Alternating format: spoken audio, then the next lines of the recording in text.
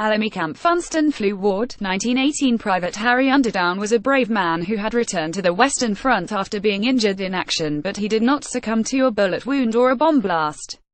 In fact, there was nothing heroic about the manner of his passing, choking, gasping for air and his skin turning grey. A century later it is now believed that the 20-year-old, a farmer's son from Kent, was among the first to die in the flu pandemic that ravaged the world in 1918. Spanish flu claimed 100 million lives and remains the worst medical catastrophe in history, dwarfing the Black Death 1346 to 1353 and making the current outbreak of so-called Australian flu look insignificant. In the UK a century ago 200,000 people died, while in the US, where about a quarter of the population fell ill, the figure was 550,000. The flu also rampaged through all of Europe. In India as many as 17 million people lost their lives, and we will probably never know how many were stricken in China. Worst of all was that fit, healthy men and women were cut down in their prime. Yet because war was raging, the scale of the pandemic was downplayed. It is the subject of a new book by historian Catherine Arnold, who became fascinated by the Spanish flu after learning that her grandparents were among the victims. GETTYA typist wears mask while working at her office desk during the influenza epidemic. 1918 pandemic. 1918, the story of the deadliest influenza in history, traces the origins of the outbreak and examines its impact on ordinary people by relying on letters and other testimony from the time. And the author also poses the chilling question, could it happen again? This was devastating, says Arnold. The flu pandemic of 1918 killed many more people than died in combat during the whole of the First World War. Hardly anywhere in the world escaped. It seemed unstoppable. Today flu is regarded as an inconvenience requiring a few days off work, plenty of rest, paracetamol and hot lemon drinks.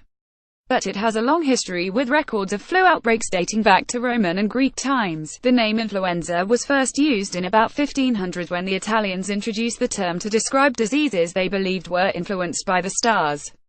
Virulent outbreaks were not uncommon, but the strain that swept the world a century ago was like no other. Up to 20% of those who became infected died, and in the terrible second wave, in the late autumn of 1918, victims collapsed in the street, hemorrhaging from the lungs and nose and suffocating. There were cases of children starving to death while their parents lay helpless. Undertakers ran out of coffins. Scientists who have studied the pandemic believe they have traced the start of the outbreak to the camp in Étaples, France, where Harry Underdown died. A LAMYA nurse demonstrates a face mask on a British soldier during the influenza epidemic there in late 1917. Men were crammed together, and one theory is that the flu jumped species from animals or birds that were kept for food. The war created a giant global petri dish, says Arnold. There was huge movement of troops dispersing the flu in every direction, and resistance was low because men were worn out from fighting. A single sneeze or cough would send 500,000 virus particles flying through the air. The U.S. Army suffered terrible losses. Nurse Shirley Millard wrote in her diary in April 1918, "We are swamped with cases. I thought influenza was a bad cold, but this is much worse. These men run a temperature so high we can't believe it is true." Friday, January 5, 2018. Signs and symptoms of Aussie flu. Signs and symptoms of Aussie flu: when they die, as about half of them do, they turn a ghastly dark grey and are taken out at once and cremated. The authorities were slow to react, but were understandably distracted by the war, and at the time the nature of flu was misunderstood. It was wrongly thought influenza was the result of bacteria rather than a virus. In a cruel twist, it was the young and healthy who suffered most. With this strain, the harder the body fought against the flu, the worse its symptoms. People began wearing masks, but they offered little protection and only added to the eerie, apocalyptic atmosphere. There was no cure and no one was immune. PM David Lloyd George and Franklin D. Roosevelt, who would later become U.S. president, were among the lucky ones to contract flu and survive. Pandemic. 1918, the story of the deadliest influenza in history. King Alonso of Spain and Mahatma Gandhi also became ill, along with Walt Disney and Groucho Marx.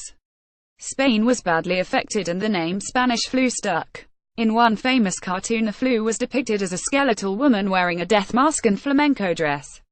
In Britain, Whitehall chiefs were reluctant to impose quarantine regulations on trams and buses or shut public places such as theatres for fear of damaging morale. Local authorities just tried to muddle through, adds Arnold. This disorganized, stiff upper lip approach allowed the flu to spread, although some places fared better than others. In Manchester, casualty rates were lower due to the efforts of Dr. James Niven, the city's medical officer, who did impose quarantine rules. However, in Newcastle, mines and docks almost ground to a halt as 70% of the workforce fell ill. The German army was also decimated by the flu, which was known as Blitzgewitter and affected almost 150,000 men during the summer of 1918. If there was one silver lining, it was that the Kaiser's army was brought to a state of exhaustion, and some experts claim the flu actually shortened the war. The flu pandemic lingered on and delivered cruel twists.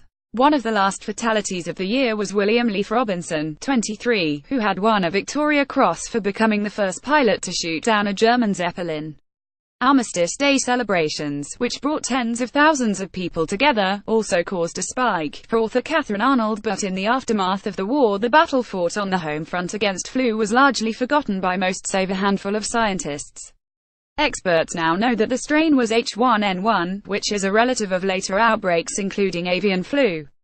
Advances in health, improved communications, vaccination programs and antibiotics for treating secondary conditions all mean that we are better equipped now.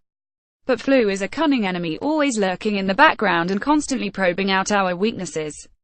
And still quite capable of surprising mankind. To pre-order Pandemic 1918, The Story of the Deadliest Influenza in History, by Catherine Arnold, published in hardback on January 25 by Michael O'Mara Books at £20. Call the Express Bookshop with your card details on 01872 562 310. Or send a check or PO made payable to the Express Bookshop to Pandemic Offer, P.O. Box 200, Cornwall, TR 114WJ, or visit expressbookshop.co.uk. UK delivery is free.